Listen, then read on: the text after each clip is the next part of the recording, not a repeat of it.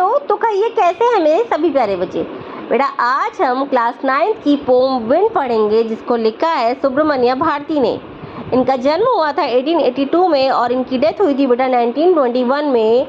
He is a great Tamil poet famous for his patriotism in the pre independence era, और ये अपनी देशभक्ति के लिए बहुत ज़्यादा फेमस थे।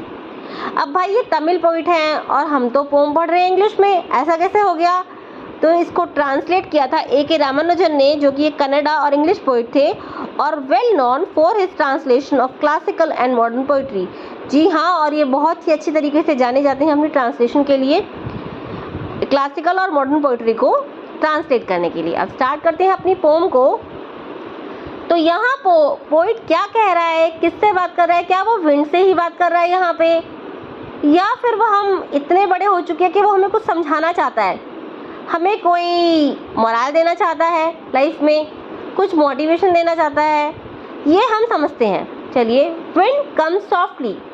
अब यहाँ पर पोइट या तो विंड को ऑर्डर दे रहा है या फिर वो विंड से रिक्वेस्ट कर रहा है कि भाई तुम ना थोड़ा प्यार से आया करो wind, don't break the shutters of the windows. और कह रहा है वो कि भाई तुम इतना तेज़ मत आओ कि जो विंडो के शटर हैं, मतलब wooden etcetera cover on the outside of window. जो शटर का मतलब होता है कि जो लकड़ी का पाटा होता है जो कवर करता है विंडो को, उसको तुम तोड़ो मत, इतना तेज से मत आओ।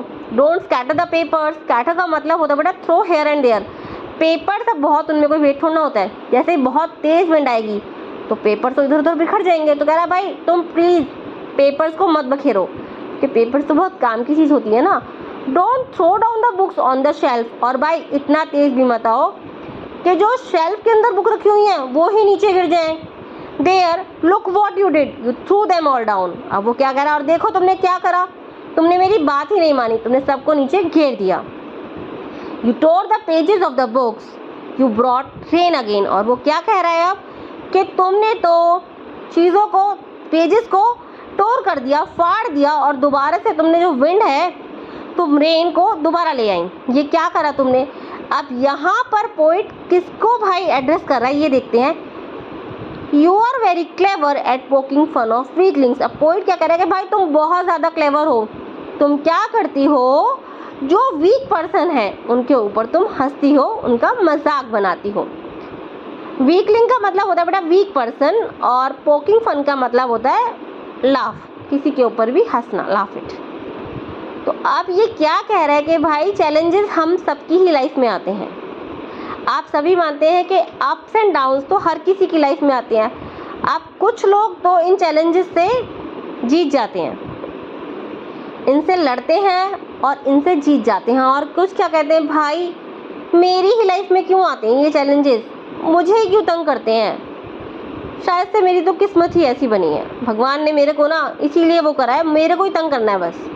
और ऐसा सोच सोच के किस्मत को हम दोष दे दे के बेटा हम क्या करते हैं, हम हार जाते हैं। और ऐसे जो पर्सन है जो हार जाते हैं, उनका जो चैलेंजेस है वो मजाक बनाते हैं और उनके ऊपर हावी भी होते हैं, मतलब उनकी किस्मत डामाडोल रहती है, वो ऐसे ही रहते हैं। और जो बच्चे या जो इंसान चैलेंजेस से लड़ते हैं कि देखते हैं भाई ये इतना कर रहा है तो हम कैसे ना करें, तो हम जीत जाते हैं, या वो जो पर्सन है वो जीत जाता है। और जब वो जीतता है तो भाई चैलेंज भी उसका फ्रेंड बन जाता है, क्योंकि वो भी थकने लग जाता है, यार कब तक इसको परेशान करूं, ये तो मेरे ऊपर ही हावी होता जा रहा है।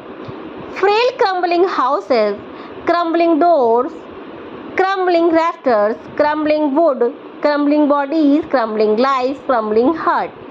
फ्रेल का मतलब होता है दुर्बल, और क्रम्बल करना होता है टूटते हुए। तुमने क्या करा भाई, तुमने जो भी बहुत ही कमज़ोर हाउसेस थे उनको तोड़ दिया, डोर्स को तोड़ दिया तुमने। रैफ्टर्स मतलब, अब रैफ्टर्स क्या होता है बेटा, a piece of wood that support roof, बल्ली जिसको बोलते हैं, ठीक है, उसको तुमने तोड़ दिया, वुड को तुमने तोड़ दिया, तुमने बॉडीज़ को भी तोड़ दिया, और क्रम्बलिंग लाइफ्स एंड हार्ट्स, तुमने इंसान की लाइफ को भी तोड़ दिया और उनके दिलों को भी। अब ये भाई ऐसे कैसे हो सकता है कि विंड सब चीज़ों को क्रम्बल कर दे। बहुत तेज़ के जब झटके आते हैं ना बेटा लाइफ में, जब बहुत कठिनाइयाँ आती हैं तो हम टूट जाते हैं। अब ये तो हमारे ऊपर है कि हम मेंटली और फिजिकली टूट रहे हैं या भाई हम खड़े हो रहे हैं चैलेंजेस के सामने और हम डटकर उनका सामना कर रहे हैं। The wind god winnows and crushes them all. अब यहाँ पर पोइट क्या कर रहा है भाई, पोइट यहाँ पे विंड की कंपेयर कर रहा है विंड गॉड से। हम बोलते नहीं है अग्नि देवता, सूर्य देवता, वायु देवता, तो ये है हमारे वायु देवता जो क्या कर रहे हैं। अब भाई भगवान है तो भगवान कुछ ना कुछ तो अच्छा करेंगे। तो भगवान अगर हमसे लड़ रहे हैं या हमें कुछ लड़ने के लिए बोल रहे हैं, हमारे सामने चैलेंजेस ला रहे हैं, तो शायद से उनके हल भी लाएंगे। और अगर हमारे पास में हल हैं या हम चैलेंजेस से लड़ते हैं तो भगवान क्या करते हैं, हमें अलग अलग कर देते हैं। मतलब कि भाई जब हम किसी चीज़ को फटकते हैं तो कचरा जो है, वीट, हम मान लो किसी चीज़ में हम फटक रहे हैं वीट को, तो वीट का जो कचरा है वो अलग हो जाएगा और जो वीट है वो नीचे गिर जाएगा। सेम विंड कर रही है हमारे साथ में, जो विंड गॉड है वो ब्लो करते हैं। और जब वो ब्लो करते हैं तो बेटा वो इस तरीके से ब्लो कर रहे हैं कि भाई जो वीक पर्सन है वो अलग हो जाएगा और जो लाइफ में स्ट्रॉन्ग पर्सन है, जिन्हें कुछ करना है, वो कुछ ना कुछ कर जाएंगे और आगे बढ़ जाएंगे।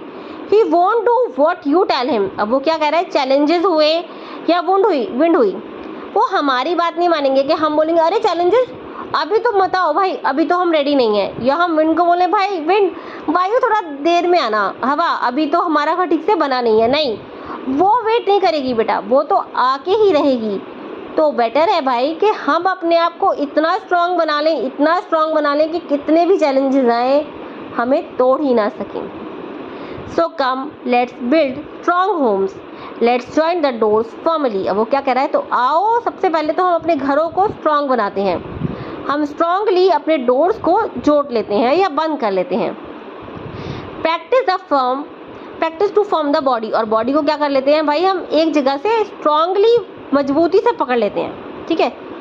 Make the heart set fast, और अपने दिल को भी हम पक्का कर लेते हैं, सेटल कर लेते हैं कि कितने भी कष्ट आए जीवन में, कितने भी चैलेंजेस आए, हमें तो आगे बढ़ना ही बढ़ना है। Do this and wind will be friend with us, और अगर हम ऐसा करते हैं तो जो वायु है, जो हवा है, या जो चैलेंजेस हैं वो हमारे दोस्त बन जाएंगे।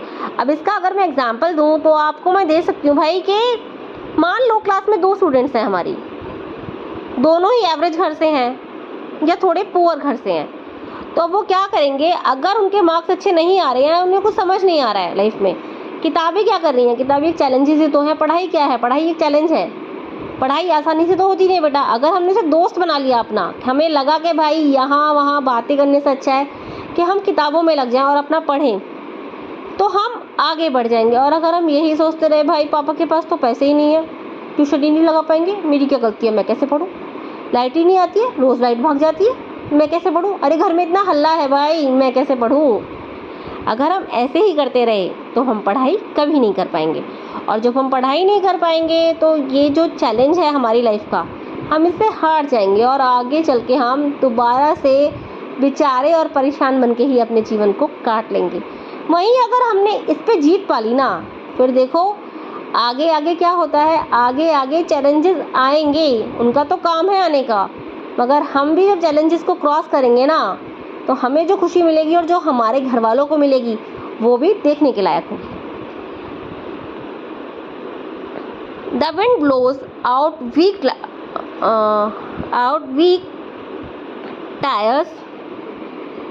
fires. He makes strong fire roar and flourish. अब क्या कह रहा है बेटा, वो ये बता रहे हैं कि मान लो छोटे से किसी मैदान में आग लगती है और जब बहुत तेज विंड आती है तो वो उस आग को बुझा देती है। और he makes strong fires roar and flourish, और अब वो क्या कह रहा है कि अगर बहुत मान लो किसी जंगल में आग लगी है और विंड आती है तो वो गर्जना और इतनी प्रबल बना लेती है कि पूरे ही जंगल में आग लग जाती है।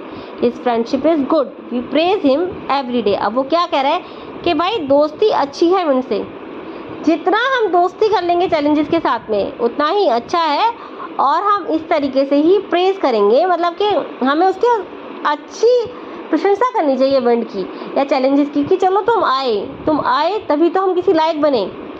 बेटा इसकी समरी मैं अगले पार्ट में डिस्कस करूंगी। उम्मीद करती हूँ कि आप सभी को ये पोम समझ आ गई होगी। कल जल्दी से दोबारा मिलेंगे, तब तक के लिए बाय।